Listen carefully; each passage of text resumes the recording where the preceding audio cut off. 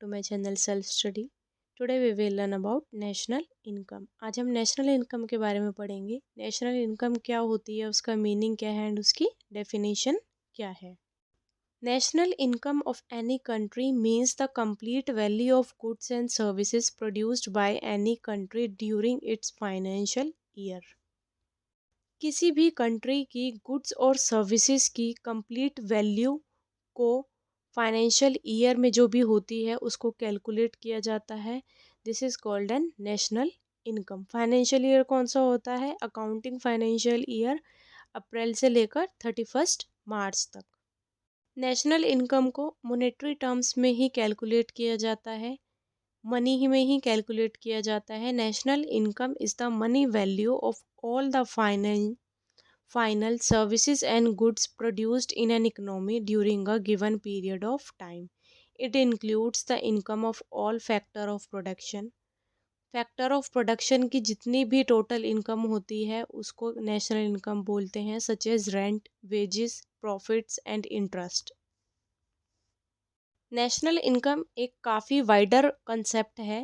The total value of final goods and services produced by normal resident. Normal resident जो India में रहने वाले resident हैं during an accounting year after adjusting depreciation. Depreciation को national income में include नहीं किया जाएगा।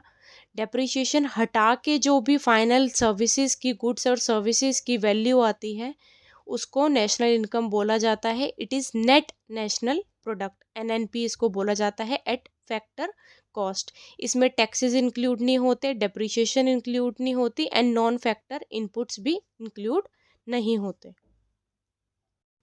इनकम, नेशनल इनकम दो टाइप की होती है। एक होता है फैक्टर इनकम जो अर्नड इनकम होती है। फैक्टर इनकम, अर्नड इनकम मतलब जो पर्सन खुद से कमाता है। फैक्टर इनकम कौन सी? Land, labour, capital, entrepreneurship. और दूसरी होती है transfer income. Transfer income unearned income जो खुद से नहीं कमाता है। अब हमें एक एग्जाम्पल के तौर पे देखते हैं फैक्टर इनकम और ट्रांसफ़र इनकम का। फॉर एग्जाम्पल, आप जॉब करते हैं आपने जो फर्स्ट मंथ की आपकी सैलरी आई 20,000 रुपीज़ आपकी सैलरी आई। 20,000 रुपीज़ आपकी अर्नड इनकम है, फैक्टर इनकम। फॉर एग्जाम्पल, आपको आपके फादर ने 10,000 रुपीज़ एक्स्ट्रा दे दिए एंड आपकी मदर ने 10,000 रुपीज़ एक्स्ट्रा दे दिए, जो आपको 20,000 रुपीज़ एक्स्ट्रा मिले जो आपने कमाए नहीं हैं अपनी मेहनत से। तो उसको ट्रांसफ़र इनकम को हम इंक्लूड नहीं करेंगे। लेकिन आपके पास टोटल कितने हुए? 20 + 20 40। लेकिन आपकी जो नेशनल इनकम होगी वो क्या होगी?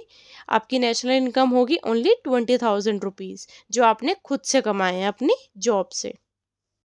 ट्रांसफ़र इनकम के एग्जाम्पल हैं चैरिटी, डोनेशन। ये अनअर्नड इनकम होती है। अभी जो मैंने आपको बताया it is net national product at factor cost. इसमें टैक्सेस नहीं आते, डेप्रिसिएशन नहीं आते एंड नॉन फैक्टर इनपुट्स भी नहीं आते, रॉ मटेरियल। कौन मेजर करता है नेशनल इनकम को? The central statistics office under the ministry of statistics and programme implementation is responsible for measuring national income and other related macro economic aggregates. CSO measure करता है national income को। First time कब calculate हुई थी national income? 1867 में calculate हुई थी and उनको किसने कैलकुलेट किया था? दादा भाई नरोजनी ने, 1867 से 1868। नेशनल इनकम को 3 टाइप से कैलकुलेट किया जाता है, प्रोडक्ट मेथड से, इनकम मेथड से एंड एक्सपेंडिचर मेथड से। तो कैलकुलेट किया कैसे जाता है? Consumption plus government expenditure plus investment plus export minus import plus foreign product by national resident. Foreign production मतलब किसी रेजिडेंट ने फॉरेन में जाकर प्रोडक्शन की है उसको भी नेशनल इनकम में इंक्लूड किया जाएगा, minus domestic production by non national resident. किसी ने बाहर के नॉन रेजिडेंट मतलब जो बाहर में रहते हैं, फॉरेन कंट्रीज़ में रहते हैं, उन्होंने आकर हमारे कंट्री में प्रोडक्शन करी है उसको माइनस कर देंगे एंड फिर उससे हमारा नेशनल इनकम कैलकुलेट होती है। आई होप गाइज आपको नेशनल इनकम क्लियर हो गया होगा। आने वाली वीडियोस में हम इसको कैलकुलेट करना सीखेंगे। जीडीपी क्या होती है, जीएनपी क्या होती है, इन सब के बारे में पढ़ेंगे। If you like the video kindly subscribe the channel self study. Thank you so much.